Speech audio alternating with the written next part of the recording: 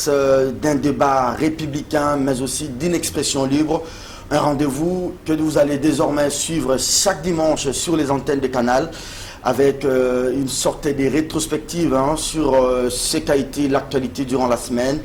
Alors, désormais, chaque dimanche, 20h, top chrono, les débats sur CCTV. Comme cette semaine, l'actualité elle a été vraiment marquée par deux grands thèmes que nous allons pouvoir développer ce dimanche. Nous sommes 11 août 2019. Nous allons passer en revue ce qu'a été la rencontre entre le Premier ministre et les différents groupes qui constituent la coalition au pouvoir, c'est-à-dire les consultations entre le Premier ministre Sylvestre Iloukamba et les deux blocs, CASH et les FCC. Qu'ont été ces consultations? Vous le savez, le Premier ministre a demandé aux deux composantes de pouvoir apprêter les listes déjà pour ce week-end. La semaine prochaine, il va entrer en contact avec le président de la République pour lui présenter la première monture de ce que sera l'équipe gouvernementale. Il y a un autre sujet qui a fait l'actualité cette semaine, c'est bien cette réforme des institutions voulue par la Mouka depuis ces sommets de Lubumbashi, mais également concrétisée ici à Kinshasa par les dépôts d'une proposition de loi au bureau de l'Assemblée nationale par le député Christophe Lutundula. C'est vrai qu'il dépose cette proposition de loi pour les réformatages de la CENI, mais nous allons, à partir de la CENI, revenir un peu sur les institutions comme la Cour constitutionnelle, les CESAC ou soit encore les conseils économiques et social. Voilà donc ce qui va constituer le menu de ce magazine. Ces rendez-vous, je vous le rappelle, passera désormais chaque dimanche à 20h, heure de Kinshasa. Et pour ce numéro 0, merci à vous. Nous allons recevoir pour vous deux invités. C'est avec eux que nous allons pouvoir débattre de ces différents sujets. Les tout premiers, Maître Hervé Diakessé de Congolais Debout. Maître, bonsoir et bienvenue. Bonsoir, merci beaucoup Serge. Très bien, c'est avec vous que nous allons pouvoir cheminer tout au long de ces magazines. On a 45 bonnes minutes de débats, mais aussi des commentaires et d'analyses. Le deuxième invité, il s'agit de professeur Eugène Banyankou Loapé. Il est politologue, il est donc doctrinaire, connaisseur en la matière. Professeur, bonsoir. Bonsoir. Bienvenue à vous, professeur.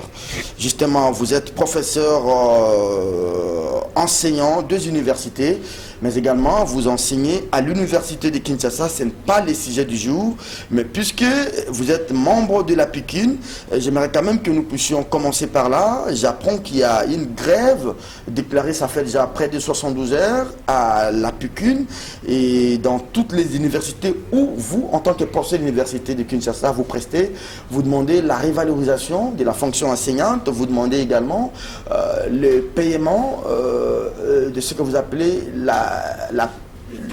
le trop perçu sur le véhicule, mais également les salaires aux standards de l'UNESCO. C'est ça.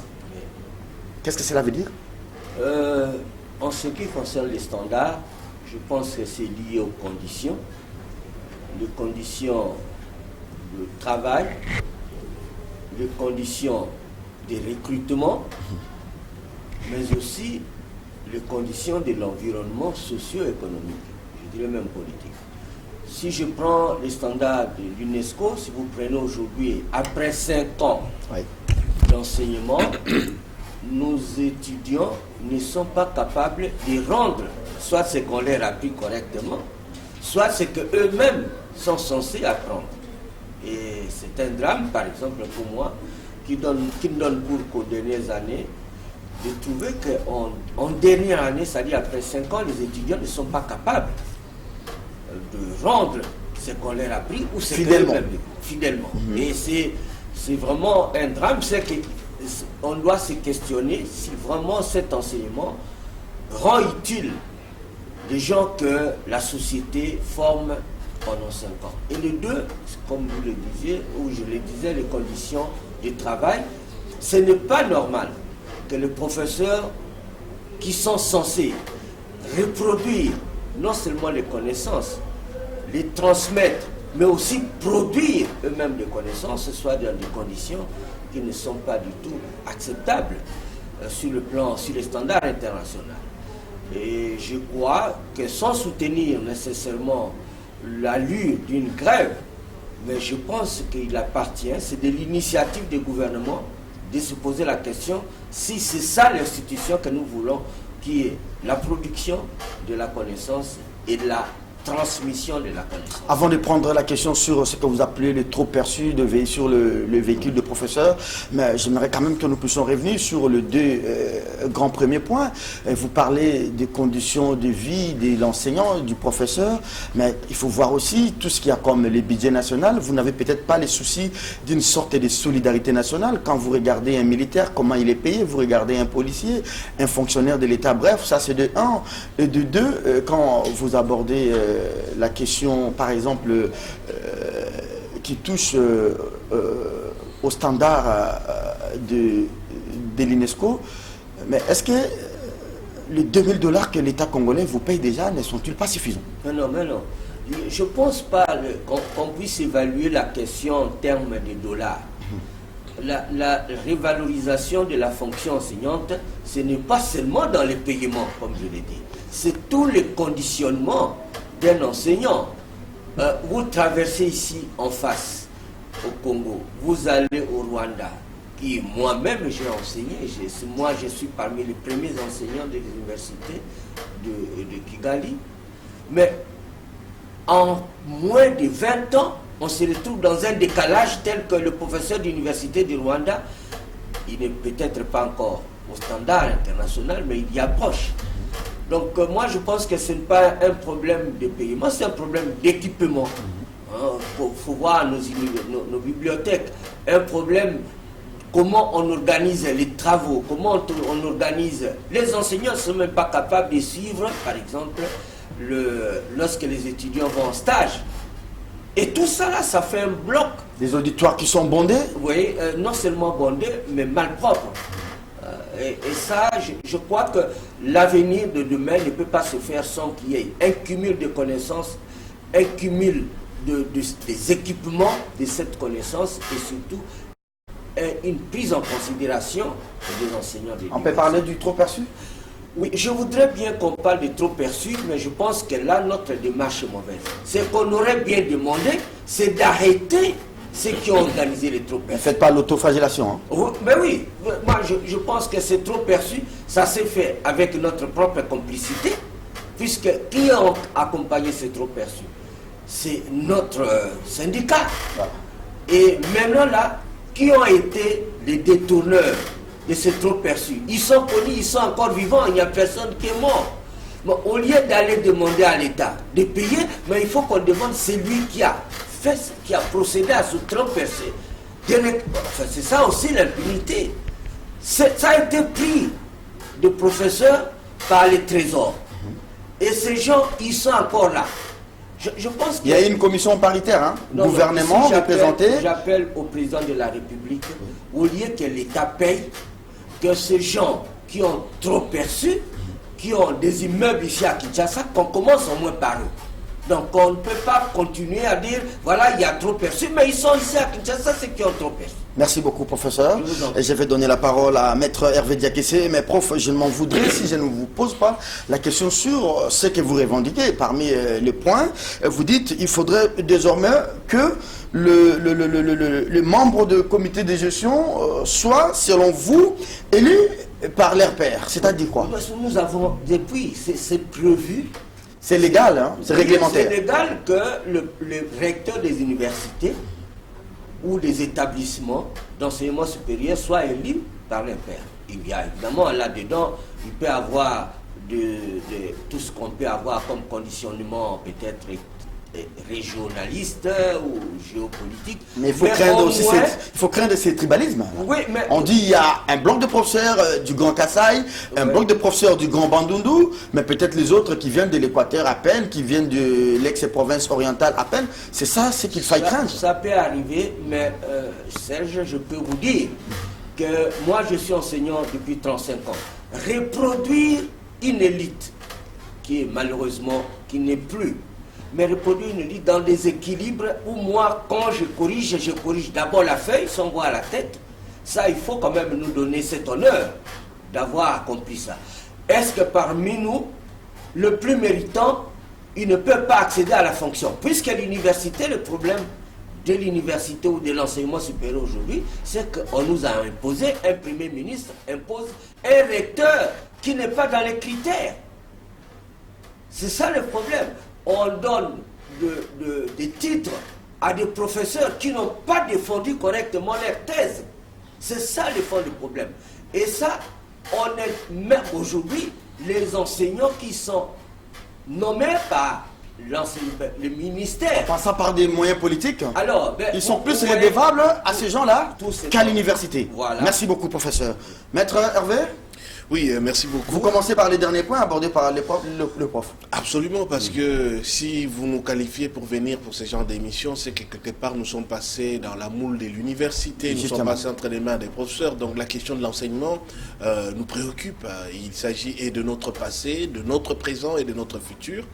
Et je relaye les professeurs, mais je vais aussi donner mon point de vue un peu laïque de l'extérieur de l'institution. Je relève que la question de l'enseignement universitaire dans notre pays se résume en 2 mots, rafistolage et colmatage. Alors, commençons par les rafistolages. Donc, nous sommes dans une institution qui prend eau de toutes parts. Depuis assez longtemps, le diagnostic a été fait, l'urgence est connue, mais nous continuons à faire semblant de faire fonctionner par respiration artificielle, un système qui est devenu totalement comateux. Et pour ce faire, bon, le professeur, il y a eu des revendications. J'en ai lu et j'ai suivi. Et c'est dommage, c'est le professeur Baniakou qui vient ici de mettre en exergue quelques aspects qui ne ressortaient pas des revendications qui étaient davantage patrimoniales.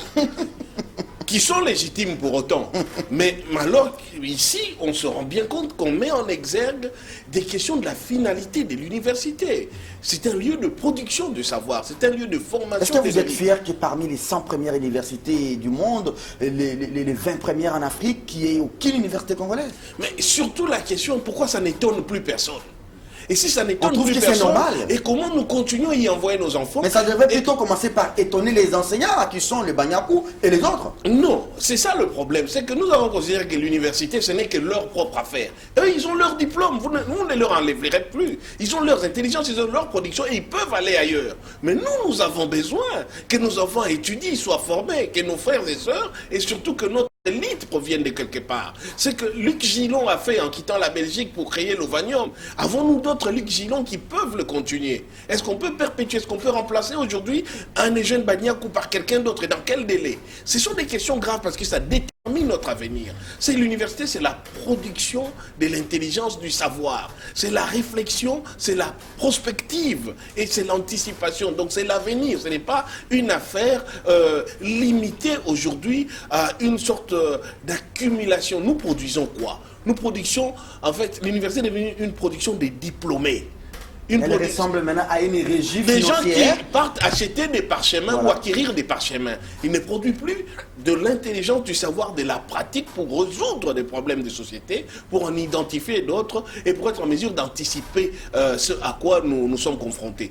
Donc je me serais attendu aujourd'hui de saisir cette opportunité pour faire un peu une sorte de table ronde générale de l'état général de l'enseignement. Est-ce que vous aimeriez un jour que les enseignants puissent un jour gréver parce que les étudiants n'ont pas des bons auditoires, les étudiants n'ont pas des mais l'auditoire aux salles de cours, c'est le même endroit que l'enseignant et l'étudiant, c'est le lieu par excellence de leur rencontre, c'est dans la salle de cours. Donc s'il n'y a pas pour les étudiants, ça affecte l'enseignant. C'est l'enseignant qui est d'ailleurs celui qui occupe l'espace. J'ai été une fois, pour ne pas vous couper, à l'université de Kinshasa, faculté de lettres. Oui. Je vis dans un auditoire de la première année licence. Il avait plu ce jour-là. Et la toiture sointée.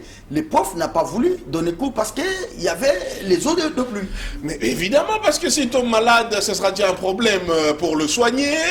S'il n'a pas des accointances au niveau du ministère et du budget, des finances et de l'enseignement supérieur universitaire, ça va être un problème. S'il ne s'aligne pas, comme on a récemment, malheureusement, les derniers temps ici, vécu un jury académique s'aligner pour recevoir un impétrant qui doit défendre sa thèse et s'aligner en garde à vue. C'est des images qui choquent. Aujourd'hui, la question demeure, qu'est-ce que nous voulons? À quoi nous sert l'université? Il faudrait les états généraux de Et notre il enseignement faut en tout cas qu'on se pose des questions. L'université doit être un lieu d'élite. Tout le monde, ce n'est pas une prolongation de l'école secondaire. Tout le monde n'est pas appelé nécessairement à faire l'université. Donc la question du recrutement... Il y a des écoles techniques. Hein. Non, c'est tout ça. On n'est pas tous appelés à faire l'université. Et faire l'université ne fait pas de nous quelqu'un de beaucoup plus intelligent que quelqu'un qui a fait la formation professionnelle, les formations pratiques ou techniques, etc. L'université, en fait, c'est un lieu de production de la recherche et du savoir. Ok, pour les questions pratiques, les questions essentielles de l'existence, on doit changer. Professeur, Maître Hervé, Oui. Pour ne pas vous couper, que l'on parle un peu de ce que les professeurs revendiquent. Ils veulent que le comité de gestion, notamment les recteurs, soient élus par leurs pairs. Oui. Parce qu'ici, il y a un autre élément. Les tribalismes, les professeurs là effleurés ici en passant. Mais il y a aussi un autre aspect, c'est que si on ne veut pas parler du tribalisme, mais sur base de quels critères ou de quel critérium le ministre de l'Enseignement ou le Premier ministre nomment-ils les membres du comité de gestion? C'est base de clientélisme. Pourquoi on veut tourner en rond? L'université en tant que lieu de savoir, c'est toujours un lieu d'autonomie. Parce que la pensée scientifique, la pensée intellectuelle est autonome. Elle n'est pas assujettie à un clientélisme. C'est ça où il a rigueur. Donc ils élisent leur pairs sur base des critères préétablis.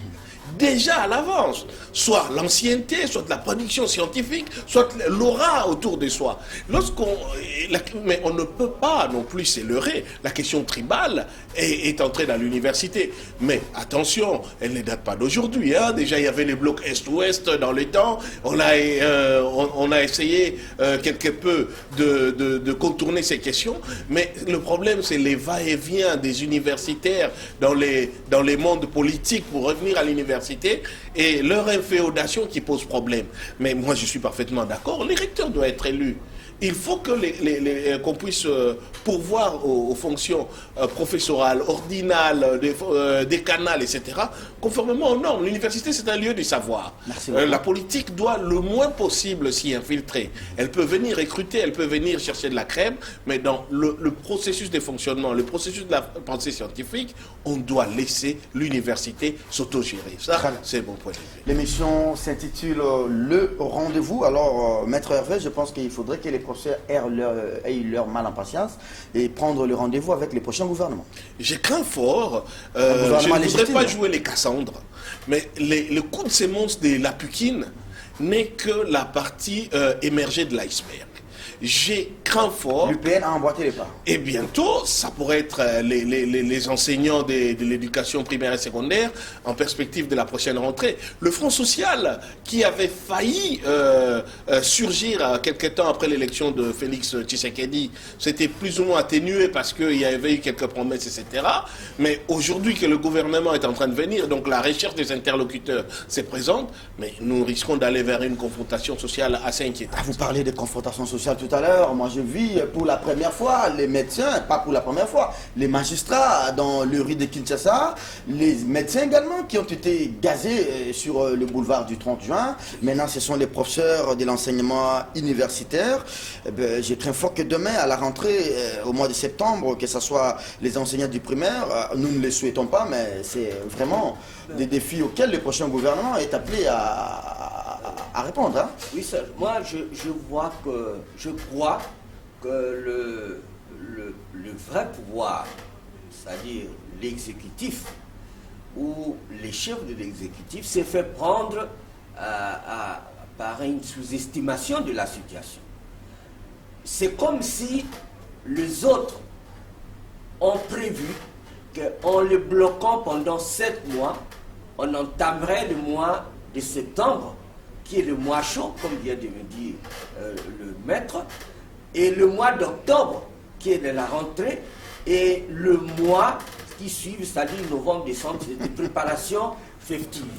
Donc, je pense que ça a été tellement calculé que le nouveau pouvoir, les chefs de l'exécutif, je ne parle même pas du président de la République, les chefs de l'exécutif risquent de se réveiller en frontal avec, comme le maître vient de le dire, le mois de septembre, le mois d'octobre et le mois de novembre et décembre qui sont le mois chaud. Et vous vous souvenez, pour le pays, ici, c'est toujours le mois de janvier, le mois de février à la limite, où il y a eu des morts politiques, des décès politiques. Mais il y a eu quand même des morts à l'Inukine aussi, dû Oui, également à la grève oui, de professeurs. Oui, non, mais chez les professeurs, le mois, dans les universités, c'est le mois de juin qui est le mois le plus chaud, c'est-à-dire la préparation des examens. Mais politiquement, c'est tous les événements, décès de Lumumba, décès des musées. C'est toujours janvier-février. Pourquoi? Puisque c'est une cristallisation des tensions. Merci beaucoup, professeur Eugène Banyakou. Je rappelle, vous êtes politologue, c'est pourquoi. Mais j'ai craint fort que nous puissions, même si nous ne le souhaitons pas, revivre ce qu'on a vu il y a presque 11-12 mois à l'université de Kinshasa. Maintenant qu'on a délibéré la première session, on attend la deuxième session. Il faut délibérer parce qu'elle a rentré dans quelques temps. Il faudrait que les ministres intérimaires puissent prendre langue avec les syndicats, la PUCU, pour ne fût-ce que reprendre les examens de la deuxième session, la délibération, et attendre le prochain gouvernement qui sera peut-être l'interface légitime pour apporter tant soit peu les solutions à ces revendications. Bon, disons, je voudrais d'ailleurs saluer la mémoire parce que vous avez relevé quelque chose d'important, des étudiants qui avaient été tués à balles réelles lors de leurs revendications, en relayant en fait cette affaire de mise à jour du taux.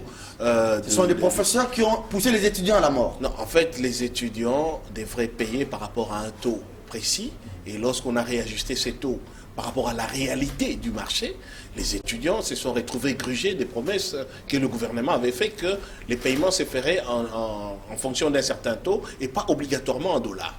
Là était la revendication. Ils sont revendiqués le premier jour, alors que aucune répression d'une manifestation pacifique ne peut se faire avec des moyens létals.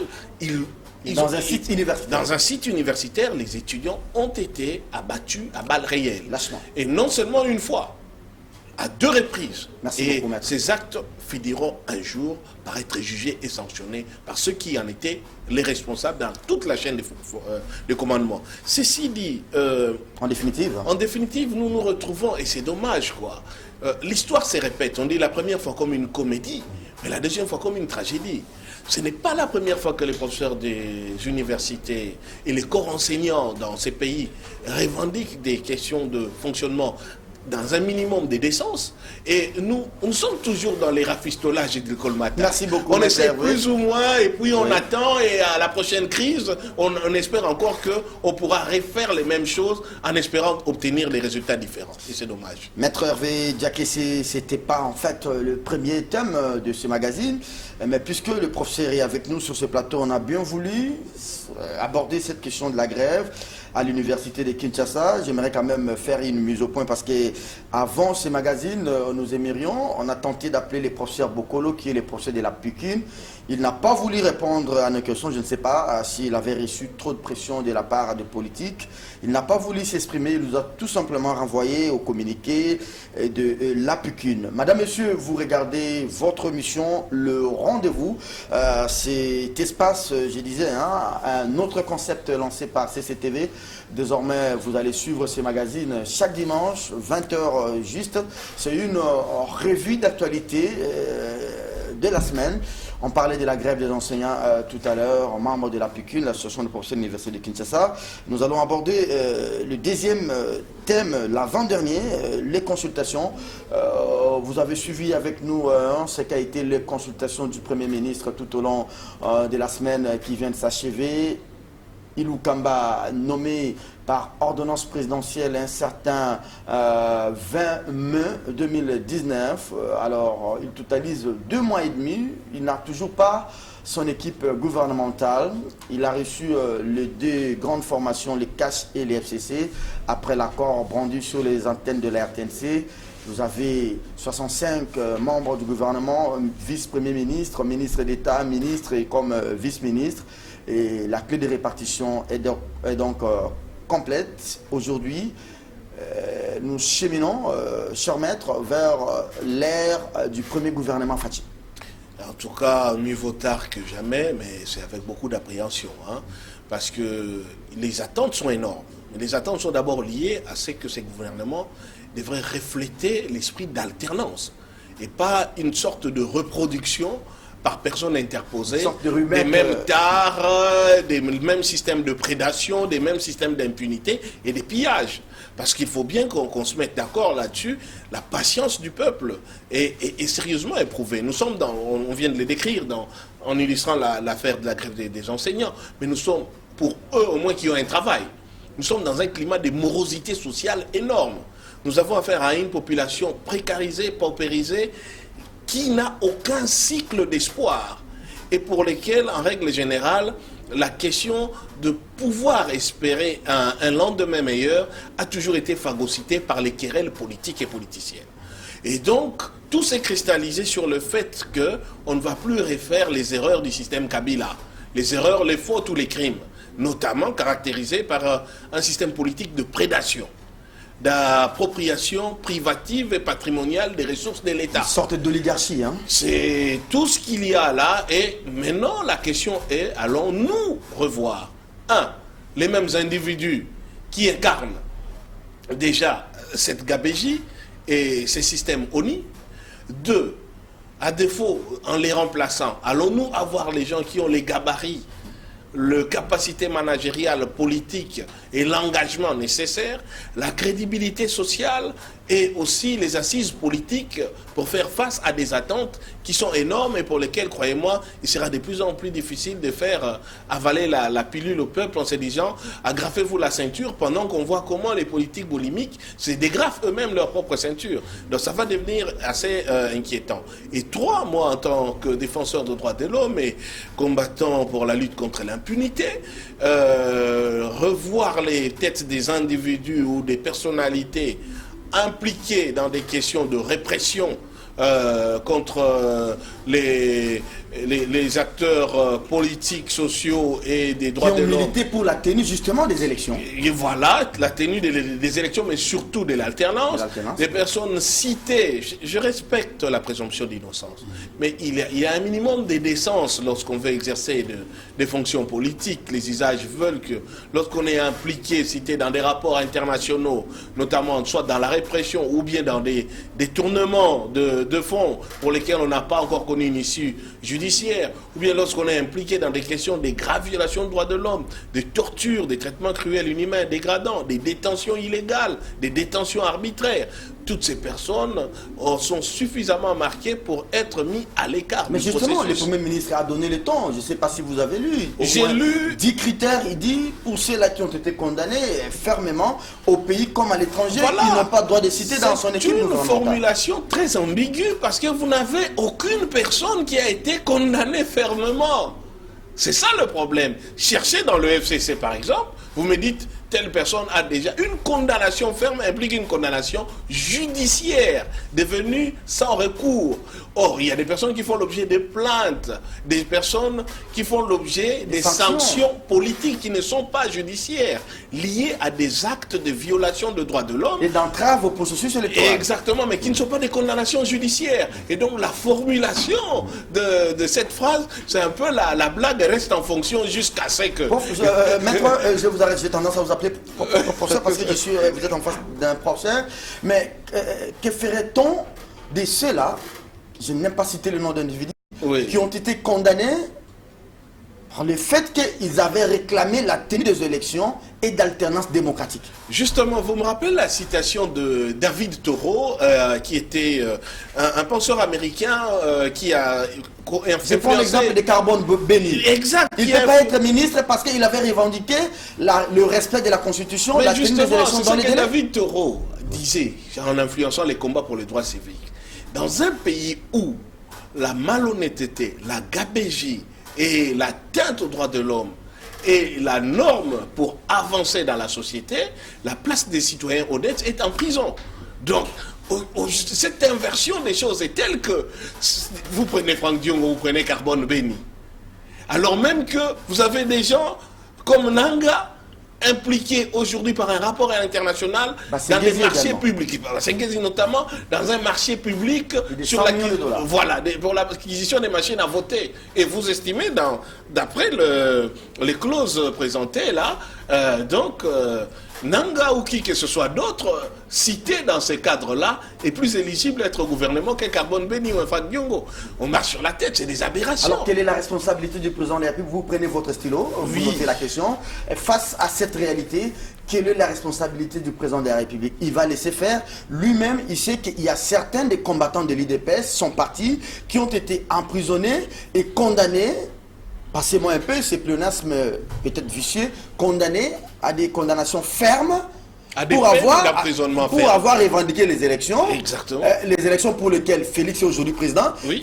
Le président va-t-il accepter que ces gens-là ne deviennent pas membres du gouvernement pour avoir exercé leurs droits civiques? Merci beaucoup. J'espère que vous avez noté la question. Noté. Professeur, oui, je suis à vous. Quel sens vous donnez à ces consultations? Non, moi je suis dans la théorie de l'ignorance. Je rappelle que vous êtes politologue. Oui, et ici on passe de l'ignorance à l'incurie. L'incurie, c'est-à-dire on ne veut pas non seulement ignorer, mais rester. Vous savez ce qui est grave, c'est que l'ignorant pense que il ne sait pas ce qu'il ignore. Et en fait, c'est ça le drame. Pas du sarcasme, professeur. Non, mais c'est vrai. Ça dit que nous sommes installés là, dans l'incurie. Voilà. Nous allons parler du professeur Premier ministre que je respecte. Votre collègue. Éminent, mon collègue.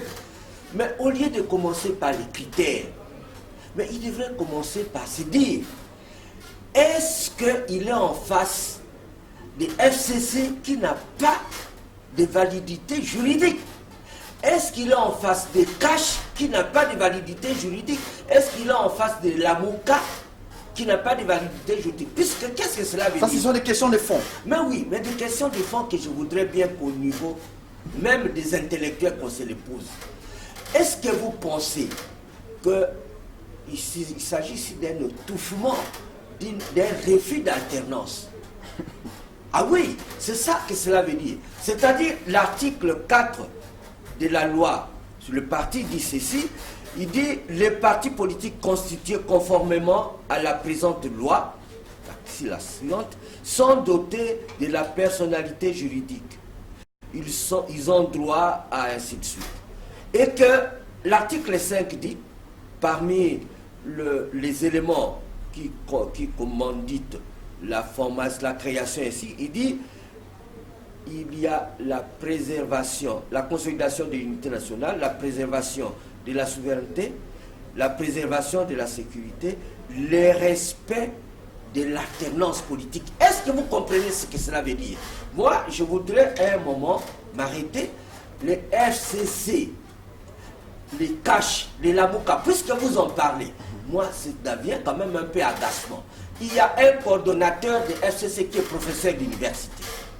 Est-ce qu'il s'est demandé un seul instant si les FCC a droit à exercer des activités politiques pendant que ici est sorti le 7 juillet 2018 la liste des partis politiques, la liste des regroupements politiques qui ont, comme on dit, légalement enregistrés par le ministère de l'Intérieur. Et qui seul droit à exercer les activités politiques.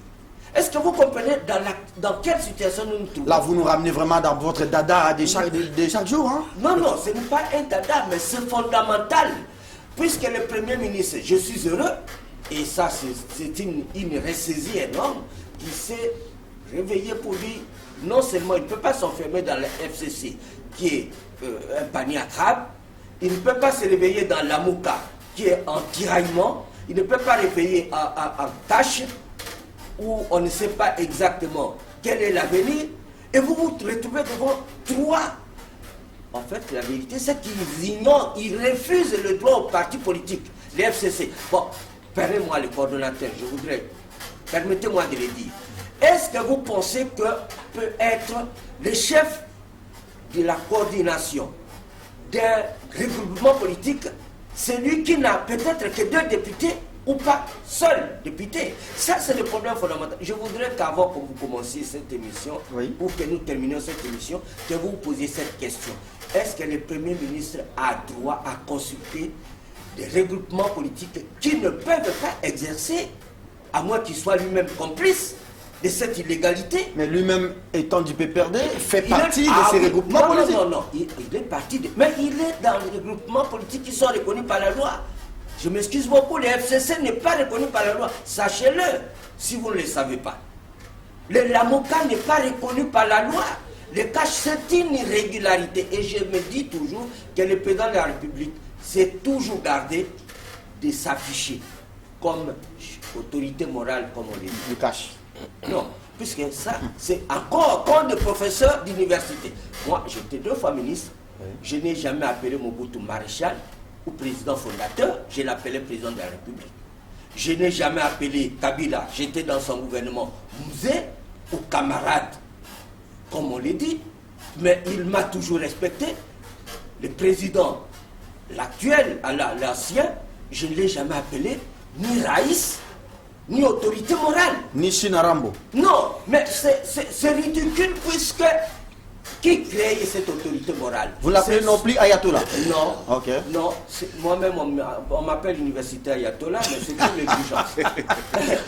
mais écoutez, je pense que là, nous pouvons... Là, vous posez un problème de fond, professeur. Un problème de fond, puisque un professeur d'université qui dit qu'il y a une autorité morale dans un système démocratique, et nous sommes République démocratique depuis plus de 50 ans, c'est une anomalie. Il faut que nous nous posons ces questions. Merci beaucoup. Oui. Votre question demeure. Je pense que même les étudiants qui nous suivent, qui sont à l'université, ils vont peut-être se poser, c'est peut-être une nouvelle donne qu'il faudrait désormais intégrer dans les cours des sciences politiques. C'est ça peut-être les recettes du Congo. Mais, professeur, ici nous sommes en face, non pas d'un gouvernement dit non national. On parle d'un accord, c'est-à-dire l'accord exclut la présence de tous ceux-là qui ne font pas partie du FCC et du CAS au sein du gouvernement. Donc c'est un partage qui se fera entre les 2 camps. Mais vous avez remarqué dans l'élection du Sénat qui est le plus récent. Cela veut dire quoi? Cela veut dire qu'on a muselé le parti politique, puisque le PPRD, qui a le plus grand nombre de sénateurs, n'a pas eu de candidats qui accèdent. Alors qu'ils sont dans le FCC. La logique aurait été quoi? La logique aurait été que le PPRD, qui a le plus grand nombre de sénateurs, présente un candidat, il passe. Mais non, mais c'est celui qui a le moins, qui est dans un petit parti, qui est passé. Je ne suis pas contre, ça ne m'inquiète pas. Non, ici vous parlez comme doctrinaire. Ah oui, je parle comme doctrinaire. C'est une anomalie, et cette anomalie, je vous l'ai dit, à moins que vraiment qu'on fasse un miracle qui va rejaillir et qui va nous rattraper dans les gros mensonges. Dernière question, parce qu'il y a Maître Hervé qui s'impatiente.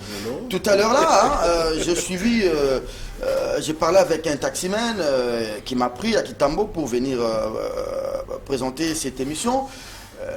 C'est un peu comme Maître Hervé l'a dit au début, ce sont les attentes du peuple. Le peuple veut d'un changement profond, un changement radical. Peut-être que ne veut plus de voir des anciennes figures, qu'elles soient trempées ou pas trempées, mais on a peut-être besoin d'une nouvelle classe politique, mais ça ne se fait pas du fait des coups d'une baguette magique. Vous pensez qu'avec les anciennes figures, on peut faire du chou, du neuf avec du vieux? Non, mais pourquoi vous parlez des anciennes figures? Puisqu'elles ne sont pas anciennes. Puisque l'ancien, c'est qualitatif. C'est l'expérience. Ils sont mauvais. C'est ça les termes. Pas des termes trop forts. Il l'a dit. Il a parlé de la gabegie financière. Mais ils sont vivants et là. Et le président est là. Ce n'est pas faire du vieux, du neuf, mais c'est tout simplement faire du mauvais. Vous voulez faire du mauvais, du bon. C'est ça que cela veut dire. On ne les condamne pas pour avoir été anciens au gouvernement. On les condamne pour avoir été mauvais. Merci beaucoup, vous avez répondu à ma question. Maître Hervé, je suis à vous. Oui. Au-delà de la question que vous avez notée, je vous en rajoute une. Oui. Il y a quand même des gens qui ont milité pour cette alternance possible. Exactement. Je prends par exemple le mouvement citoyen que vous représentez ici, même si vous n'avez pas mandat, vous ne parlez pas en leur nom ici. Exactement. Je prends l'Église catholique. Oui. Mais maintenant, est-ce que cet accord FCC et CAS ne met-il pas en difficulté le président de la République de pouvoir pas nécessairement en termes de récompenses pistonner ceux-là qui ont été au four et au moulin pour ces élections, je prends l'exemple, par exemple, de Jonathan Tchombela, je prends l'exemple de Madame, comment elle s'appelle, Gertrude Ekombe, et tous ceux-là qui ont milité, même des journalistes, Oui. pour cette alternance. N'est-ce pas que l'FCC a pris le président Félix en tenaille pour exclure tous ceux-là qui ont milité pour cette alternance? Tout à l'heure, quand vous discutiez, vous échangez avec le professeur, m'est revenu ces passages bibliques du Christ, qu'on ne met pas du vin nouveau dans des outres vieilles.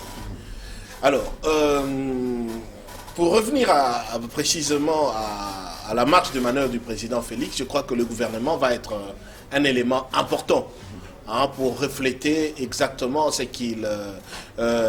qu'on peut attendre de cette institution. Pourquoi on ne dise pas qu'il a été nommé? Moi, je pense que le président Tshisekedi a toutes les prérogatives constitutionnelles liées à sa fonction. C'est à lui de les exercer. Il est lié aussi par l'accord, n'oublions pas.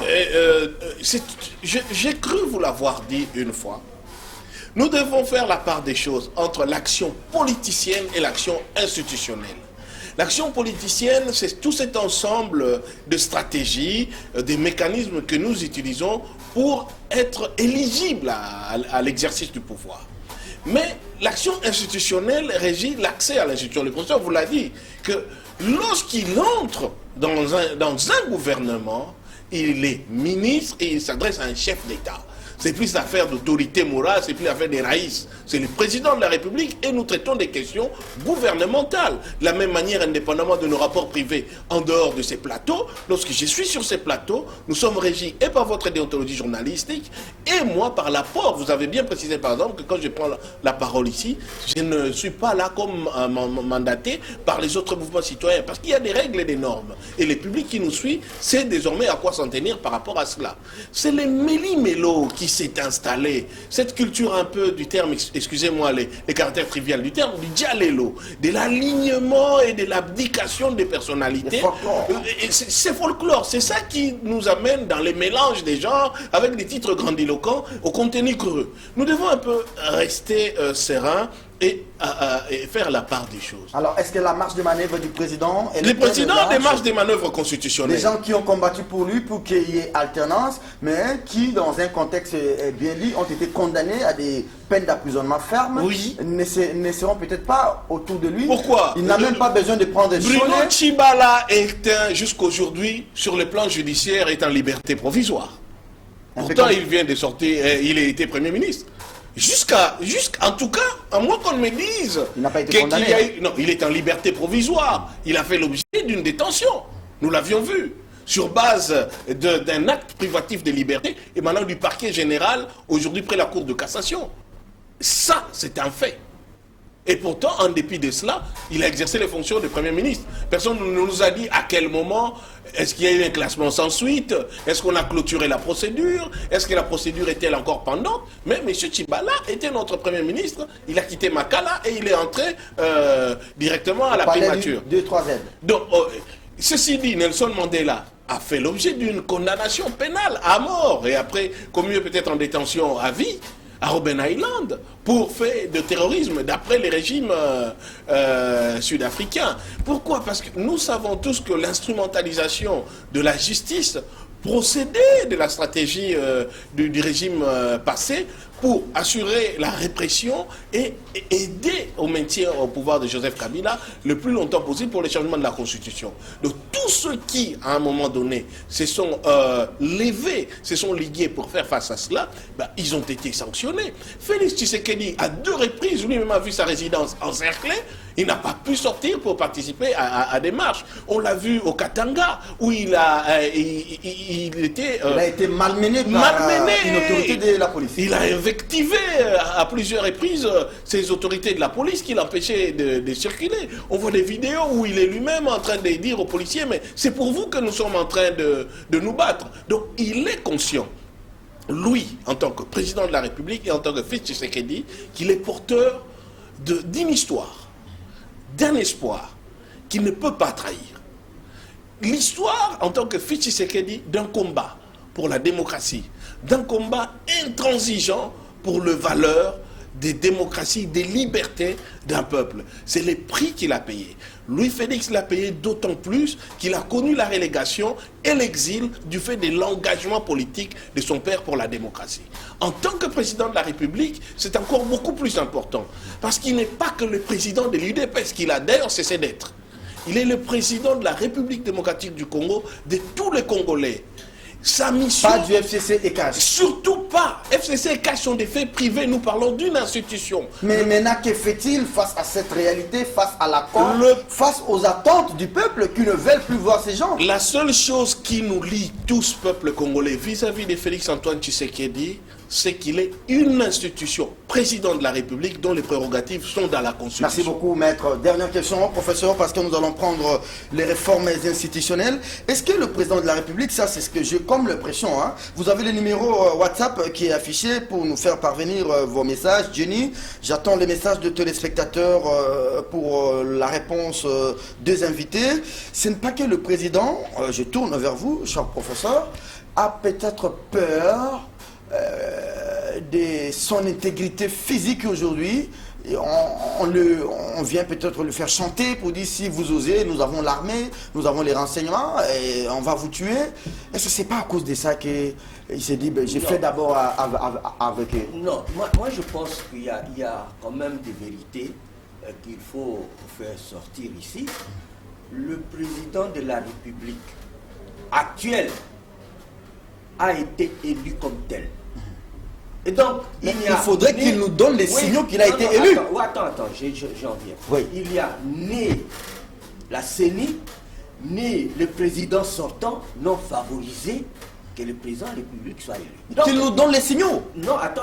Jusque-là, les gens ont comme l'impression qu'il n'a pas été élu. Non, il a été élu. Voilà. Et il n'y a personne qui peut démontrer que mieux que lui a été élu à sa place. Donc, ça, c'est le président sortant a soutenu son candidat Emmanuel Chadad jusqu'au bout, jusqu'au dernier décompte de voix.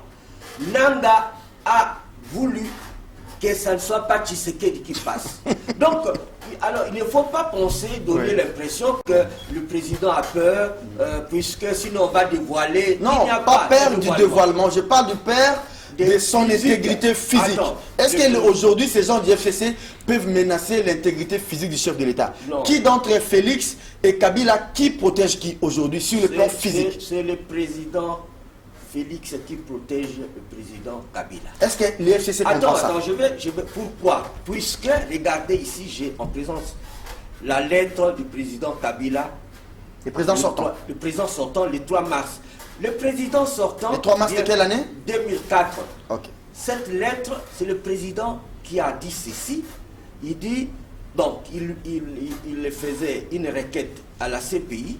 Le président Kabila a écrit à la CPI. Ou à la CPI, conformément aux articles 13, alinéa, ainsi de suite. La situation qui se déroule dans mon pays depuis le 1er juillet 2002, dans laquelle il apparaît que des crimes relevant de la compétence de la Cour pénale internationale ont été commis, et vous en prie, en conséquence, d'enquêter sur cette situation en vue de déterminer si une ou plusieurs personnes devaient être accusées de ces crimes. Je peux voir la lettre pour ça? Oui. Ça, c'est Joseph Kabila qui écrit la lettre. Qui écrit la lettre, et le président de la République actuel, il peut faire autant. Donc, il n'est pas menacé. Mais je voudrais dire en passant que cette lettre, ce n'est pas au nom de cette lettre que Jean-Pierre Bemba a été condamné. Ça, c'est tien. Jean-Pierre Bemba, le président, l'ancien président, ne l'a pas envoyé. Oui. Puisque vous notez bien qu'il dit ce qui a été commis depuis 2000. Or, le crime dont est accusé le président ou l'ancien président du MLC, ça date de 97-98. Et on parle de la République centrafricaine. La République centrafricaine. Donc, le président Kabila n'a jamais envoyé. C'est-à-dire, je voudrais revenir à ceci, c'est que des deux, entre l'ancien président et le nouveau président, c'est l'ancien président qui est le plus menacé.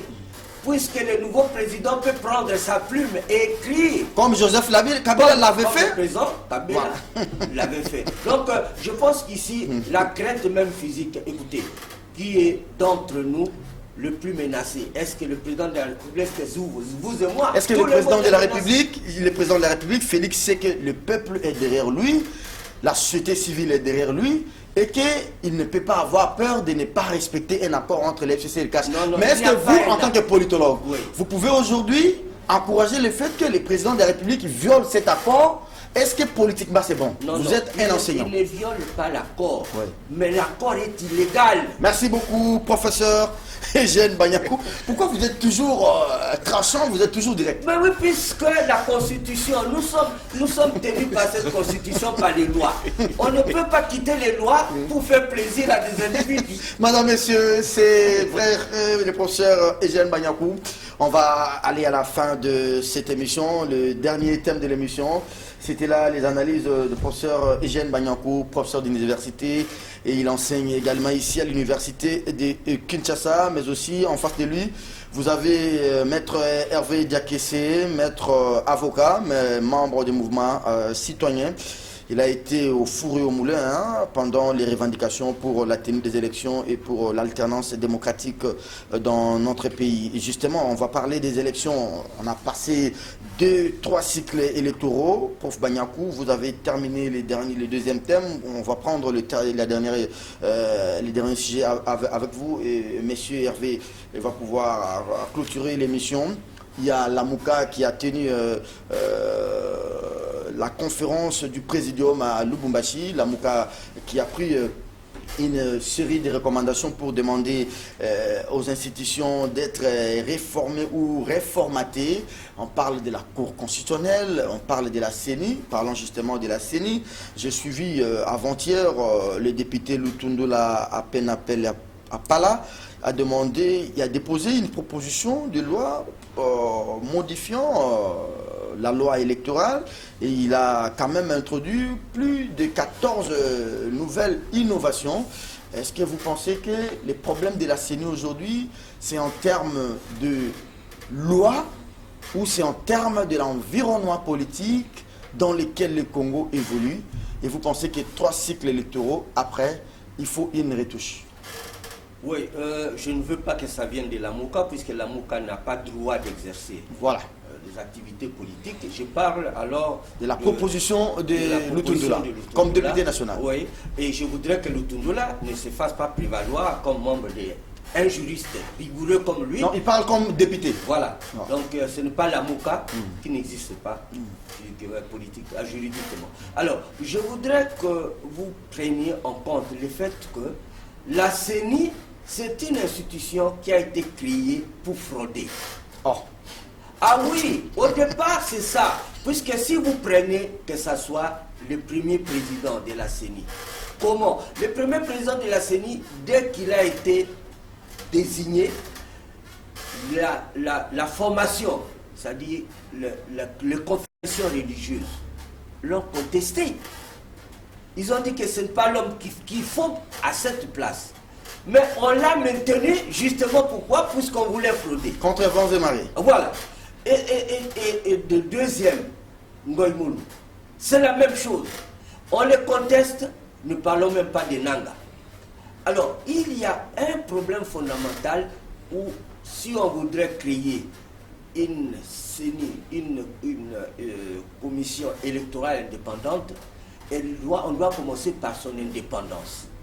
C'est-à-dire, quand le parti politique, et là je peux rejoindre Lutundula, quand le parti politique institue un mécanisme par lequel eux ils peuvent désigner celui qui va diriger une institution chargée d'organiser les élections, nous sommes dans le faux. Donc là il faut s'inscrire. Et là de deux, je voudrais dire ceci, les personnalités. Bon alors, si on vote les députés, mais alors si on voudrait qu'on ait des personnalités, il faut avoir des mécanismes de désignation qui soient électifs. Lutundula dit par exemple, il faut 9 membres en raison de 3 composantes. Oui. Vous avez la composante majorité qui désigne 3 membres, vous avez la société civile qui désigne 3 membres, et vous avez également la société civile qui désigne 3 membres. Mais les 3 membres venant des partis majorité ou opposition ne peuvent pas appartenir à des formations politiques devraient démissionner 5 ans, bien avant leur désignation. Est-ce que vous, de cette manière-là, ça va favoriser la neutralité? Non, non, c'est technique comme il le présente, mais moi je voudrais... Qu'est-ce que vous appelez majorité? Est-ce qu'aujourd'hui nous avons une majorité? Je suis sur le plan politique, pas sur le plan juridique. Mais sur le plan politique, puisque cette majorité telle qu'elle fonctionne, elle fonctionne sur quelle base? Sur base du FCC. S'il fonctionne sur base du FCC, ce n'est pas une majorité puisque l'FCC n'existe pas. Est-ce que ça fonctionne? L'opposition fonctionne comme de l'AMOUKA? Si tel est le cas, cette opposition n'existe pas. Alors, revenons à la question technique pour dire comment on peut désigner la composition, on peut présenter la composition. Moi, je pense que la composition, ça doit revenir à la société civile entièrement. Quitte à la société civile d'afficher cette image que nous avons connue, on est société civile. Avant d'entrer au gouvernement, on est pire quand on y entre et après. Puisque, quand vous voyez, aujourd'hui, je ne sais pas si l'opposition peut être fière, tous les mauvais que nous avons au gouvernement, ce sont les anciens opposants qui ont fait vraiment de ces pays, comme on dit, un mur d'alternance. Mais il se trouve, ce sont eux qui se sont alignés pour aller saluer l'autorité morale. Mais est-ce que ce n'est pas ça une honte? Il se plie même en deux. Alors que l'autorité morale n'a pas demandé ça. Mais qui était le bénéficiaire? C'est celui qui a organisé la manifestation, qui est devenu aujourd'hui la vraie autorité morale, puisque le président Kabila n'est pas intéressé par... Mais vous êtes d'avis qu'il est quand même important que nous puissions aujourd'hui repenser notre CENI, tout comme repenser, c'est vrai que vous êtes encore repenser même la Cour constitutionnelle. Vous avez vu tout ce qu'il y a eu comme tollé autour des contentieux des dernières élections ici. Je me réserverai pour la Cour constitutionnelle, pas ma fonction, mes anciennes fonctions, mais pour la CENI, je l'ai dit, qu'il faut que la CENI soit, pour qu'elle soit indépendante. Vous ne pouvez pas dire qu'on va demander, on va mettre 3 de la composition, sortis des partis politiques, et vous allez demander à ce que ça soit indépendant. Si nous reconnaissons que la société civile est la seule force indépendante, socialement et politiquement, alors qu'on laisse cette affaire à la société civile d'organiser des concours, puisqu'il y a aussi plusieurs, des concours pour accéder à cette fonction. Maître Hervé, les conférences nationales vers les années 90 ont demandé à ce que nous puissions avoir des commissions électorales en Afrique. Vous avez vu, hein, en Afrique francophone jusque vers chez nous. Mais en réalité, si nous étions dans des pays démocratiques comme en France et ailleurs, les élections ne devraient pas poser problème aujourd'hui avec les CENI. Et vous avez tout un ministère de l'Intérieur. À l'époque, nous l'avions décrié, hein, parce que nous avions des régimes monolithiques, mais aujourd'hui, il n'en est pas question. Pourquoi toujours se référer à la CENI? Oui, ben d'abord parce que si déjà avec ces autorités de régulation autonomes, qu'on a appelées institutions d'appui à la démocratie, il se pose toujours un problème d'inféodation, à combien plus forte raison si le pouvoir lui-même organise ses propres élections pour sa succession. Le problème, c'est que la notion que nous avons du pouvoir, la notion que nous avons des fonctions politiques est incompatible malheureusement avec le fait qu'un régime cherche à organiser des élections pour le remplacer.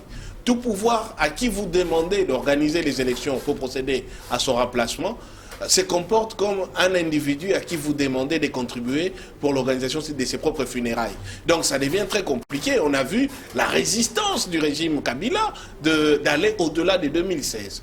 Alors, la question des institutions d'appui à la démocratie ou de structures autonomes d'organisation des élections, c'est qu'on a voulu justement détacher du pouvoir exécutif l'organisation des scrutins qui est quand même l'acte par excellence, de la participation citoyenne à la désignation de ces dirigeants et l'acte de la légitimation de ceux qui sont issus de ces élections-là.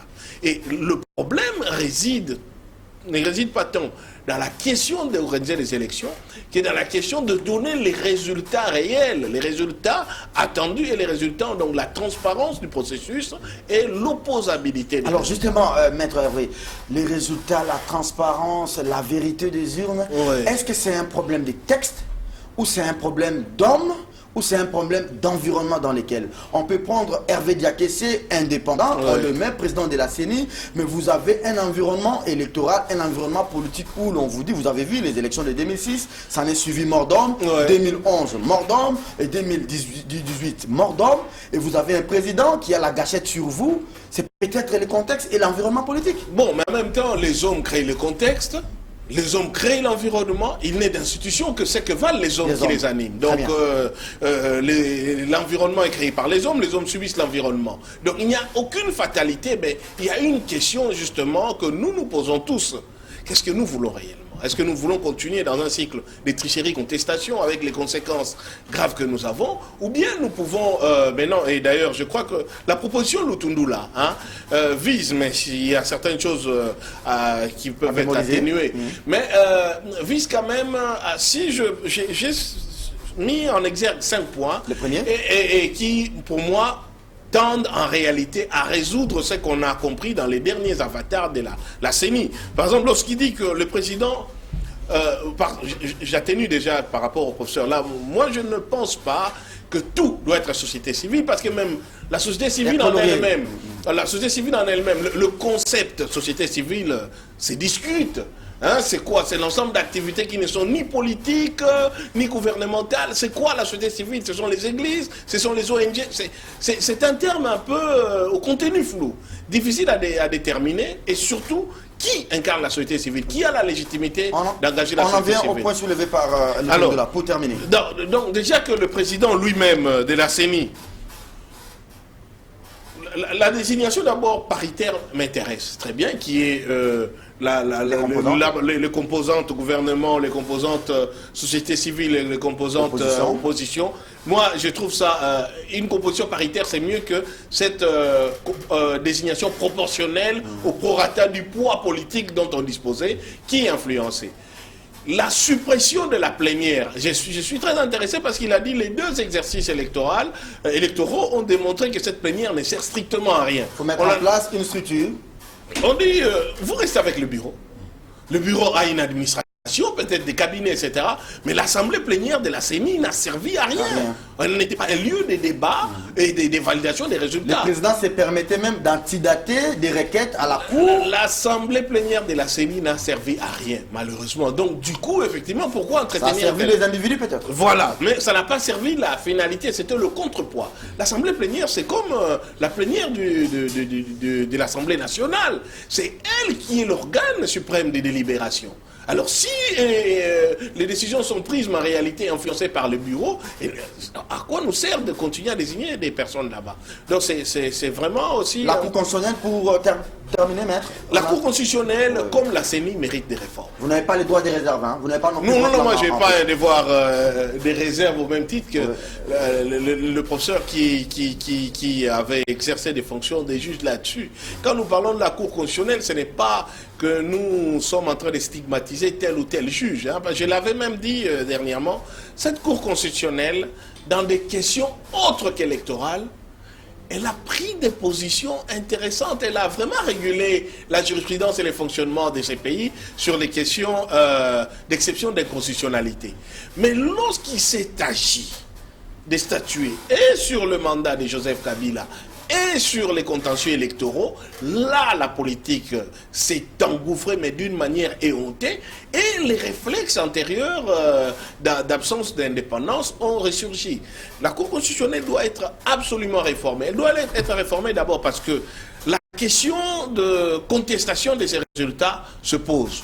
Doit-on aujourd'hui prévoir une autre chambre au sein de la Cour afin que les décisions rendues d'abord par une formation puissent être contestées? Puisqu'aujourd'hui, la procédure dite de rectification d'erreurs matérielles, c'est une fausseté. Elle n'est pas prévue, elle a une rectification d'erreurs matérielles. Primo, ne vise pas à revoir le fond du litige.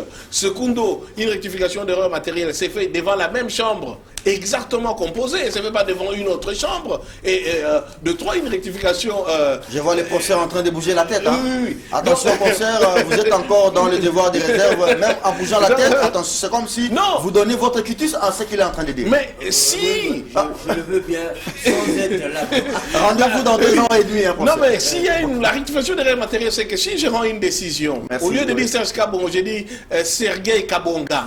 Vous revenez juste pour que je dise non, en réalité, lisez Serge Kabongo. Partout, c'est écrit Sergei Kabonga. Ce n'est plus pour que je reprenne, sous couvert de rectification d'erreurs matérielles, une décision différente. Merci beaucoup. Mais nous nous sommes retrouvés dans quoi? Nous sommes retrouvés que sous couvert de l'incontestabilité des décisions de la Cour constitutionnelle, des graves atteintes au droit, à la justice, ont été, en tout cas, occasionnées à l'occasion des contentieux électoraux. À telle enseigne que le tollé, la clameur publique ont été tellement forte que le chef de l'État a été obligé de demander à la Cour constitutionnelle de rectifier. Donc nous sommes passés pour rectifier une illégalité par une autre illégalité. Merci beaucoup. Là, c'est une réalité. Maître Hervé Diakiese, merci d'avoir été de notre rendez-vous week-end. C'était numéro 0 pour cette semaine. On est revenu sur la grève des enseignants, professeurs, membres de l'APIN, en passant par tout ce qui a été consultation du ministre Sylvestre Iloukama. C'est vraiment une sorte de rattrapage pour les retardateurs. Vous qui ne regardez pas les émissions, donc vous avez déjà votre rendez-vous, les rendez-vous du week-end, les rendez-vous simplement politiques et sociaux, parce qu'on parlait des groupes de professeurs, où il sera également économique, une nouvelle donne, le concept que c'est cette évidence des inter top chaque dimanche, c'est sur vos antennes. Merci à toute l'équipe qui nous a accompagnés. La réalisation était l'œuvre conjointe de Jenny et de Doudou Montiri, régie finale de Christian Banjolo, mixage son et vidéo Alain Kabongo, les caméras, l'œuvre de Moro Njambe. Merci à vous, chers invités. Merci, cher maître Hervé Diakiese. C'est un plaisir. Rendez-vous dans les semaines qui suivent. Merci au professeur Eugène Banyakoulouapé. Rendez-vous dans les semaines qui suivent. Alors à vous, chers téléspectateurs, je vous prends rendez-vous les dimanches prochains, 20h, juste sur les antennes de Canal. Merci à vous et très bonne fin du week-end et le début de la semaine prochaine. Au revoir.